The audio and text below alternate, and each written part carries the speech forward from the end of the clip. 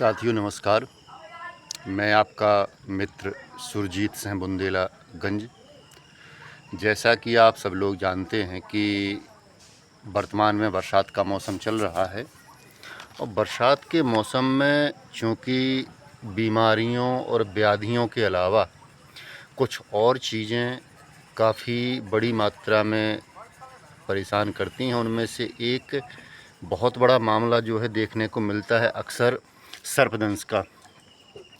चूँकि साँपों का बरसात में निकलना कोई नई बात नहीं है, लेकिन उसके साथ साथ हमारी तैयारी भी ऐसी होनी चाहिए कि हम साधारण रूप से सर्पदंश जैसे जो भीषण घटनाएं हैं इनसे बच सकें, क्योंकि सर्पदंश से अक्सर देखा जाता है कि हमारे परिवारों को काफ़ी नुकसान झेलना पड़ता है।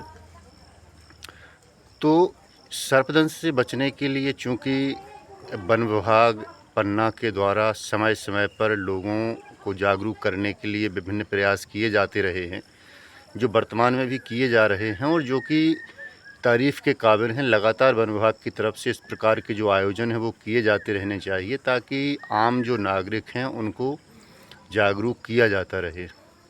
अब चूँकि हम जिस क्षेत्र में निवास कर रहे हैं, यहाँ पे मुख्य रूप से हमें जो सर्पदंश की घटनाएं देखने को मिलती हैं, उन सर्पदंश की घटनाओं में मुख्य रूप से कॉमन करैत, जिसे हम आम बोलचाल की भाषा में गरेंटा सांप कहते हैं, और दूसरा होता है काला नाग, जैसे हम आमतौर पे जिसको कोबरा नस्ल का सर्प मानते हैं।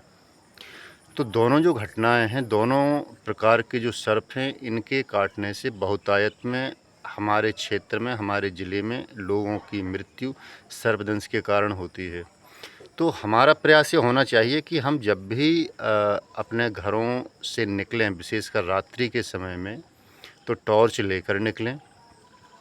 मुख्य रूप से हम प्रयास ये करें कि जो कॉमन करैत या जो गरेंटा सांप होता है, मुख्य रूप से रात्रि में सक्रिय रहने वाला सर्प है। तो अधिकांश जो घटनाएं होती हैं वो लोगों को सोते समय ही सर्पदंश का शिकार होता है। और चूँकि कॉमन करैत जो होता है, उसके जो जहर के जो दंश होते हैं वो आमतौर पे छोटे होते हैं, तो नींद के समय अक्सर लोगों को उसके काटने का एहसास नहीं होता और नींद में ही व्यक्ति की मृत्यु हो जाती है, या चूँकि इस ऐसे वक्त पे पता चलता है कि उस व्यक्ति को बचा पाना संभव नहीं होता। और काला नाग जो होता है दिन में तो चूँकि सक्रिय रहता ही रहता है, रात में भी सक्रिय रह सकता है। चूँकि रात्रि के समय जो सर्पदंश की घटनाएं हैं वो कॉमन करैत या गरेंटा सांप की ज़्यादा आजकल देखने को मिल रही हैं। तो हमें अक्सर ये सावधानी रखनी चाहिए कि जब भी हम कभी घास फूस में जाएं तो प्रयास करें कि हमारे पैरों में जूते हों और हाथ में लाठी जैसा कोई एक आध छड़ी जैसा रखें, कि अगर कोई सर्प हमारे आसपास दिखे तो हम उसे चूँकि मारें ना। मारना कहीं ना कहीं कानूनी दृष्टिकोण से भी हमारे कानून के ख़िलाफ़ है। और दूसरा ये है कि जो हमारी बायोडाइवर्सिटी है उसका भी कहीं ना कहीं वो एक अभिन्न अंग है, तो हमें उनको बचाने का प्रयास करना है। लेकिन बचाने के साथ साथ हमें प्रयास ये करना है कि हमारी जो शारीरिक सुरक्षा है वो भी बनी रहे।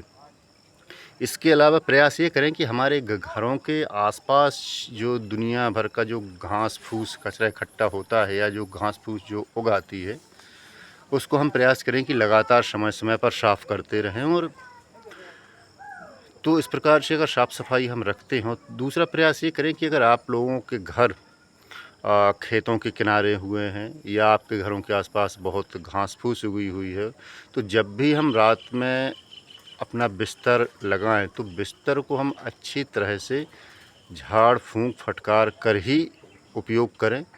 क्योंकि अक्सर ही देखा जाता है कि कॉमन करैत, चूँकि गरेंटा जो सांप होता है वो बहुत आकार में लंबा नहीं होता और ना ही उसकी मोटाई ज़्यादा होती है, तो वो कई बार ऐसा देखा जाता है कि हमारे बिस्तरों में भी बड़ी आसानी से छुप के रह सकता है। तो हमें अक्सर अपने जो कपड़े हैं ओढ़ने बिछाने वाले, उनको अच्छे से हमें साफ़ करके ही उपयोग में लाना है। इसके अलावा हम ये प्रयास करें कि हम जब भी रात में घर से बाहर निकलें तो हमारे हाथ में टॉर्च ज़रूर हो, ताकि अगर कहीं कोई विषैला नाग या सर्प बैठा हुआ है तो हम उससे बच सकें। इसके अलावा चूँकि कॉमन करैत हो या कोबरा हो, इन दोनों की जो जहर है वो अलग अलग तरीके से काम करते हैं। चूँकि जो गरेंटा सांप का जो जहर है, अक्सर ही देखा जाता है कि जब गरेंटा सांप काटता है तो उसके जहर के प्रभाव से जो हमारा श्वसन तंत्र है, इसमें लकवा या पक्षाघात हो जाते हैं। तो श्वसन तंत्र के पक्षाघात के कारण अधिकांश देखा जाता है कि लोगों की मृत्यु होती है। क्योंकि काली नाग के काटना और उसका जहर और उसके काम करने का तरीका अलग होता है, लेकिन चूंकि दोनों ही सर्प हमारे लिए जानलेवा हैं, नुकसानदायक हैं, तो हमें इन सर्पों से अपने आप को सुरक्षित रखना है, बचा के रखना है, जागरूक रहना है। और जागरूक रहने के साथ साथ हमें सर्पदंश से बचने का प्रयास भी लगातार करते रहना है। और अगर कहीं कोई सर्प दिखाई दे रहा है तो हमारे जो वन विभाग के हमारे साथी हैं, अधिकारी कर्मचारी हैं, इनको सूचित करना है ताकि उस सर्प को सुरक्षित तरीके से पकड़ के और उसका जो सही स्थान है वहाँ पर जाकर छोड़ा जा सके। तो उम्मीद है कि आप लोग जागरूक रहेंगे, सुरक्षित रहेंगे और वन विभाग के जो हमारे साथी हैं, जो लगातार हमारी सेवा में तत्पर हैं, उनका भी हमें लगातार उनकी सेवाओं का लाभ उठाते हुए और अपने को और अपने परिवार को, अपने गाँव को, पड़ोसियों को, सब लोगों को स्नेक बाइट से या सर्पदंश से बचाने का प्रयास करना है। बहुत बहुत धन्यवाद। नमस्कार। हमारे क्षेत्र में जो सर्पदंश की घटनाएं सामने आ रही हैं, बारिश का मौसम चल रहा है, लोगों को थोड़ी जागरूकता दिखाते हुए थोड़े सतर्क रहने की ज़रूरत है।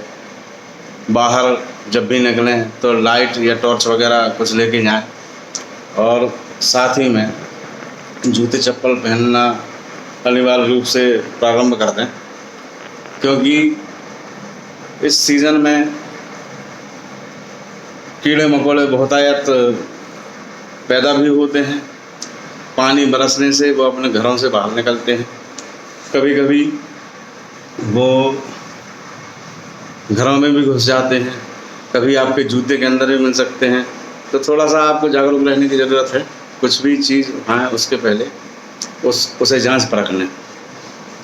हमारे वन विभाग की टीम श्री अनुपम शर्मा जी और प्रेम शंकर जी भैया हैं, उन्होंने इस संदर्भ में इस विषय पर विशेष ध्यान देते हुए लोगों को जागरूक करने के लिए एक टीम का गठन किया। उस टीम ने काफ़ी मदद की है लोगों की, उनका मैं बहुत बहुत धन्यवाद करना चाहता हूँ।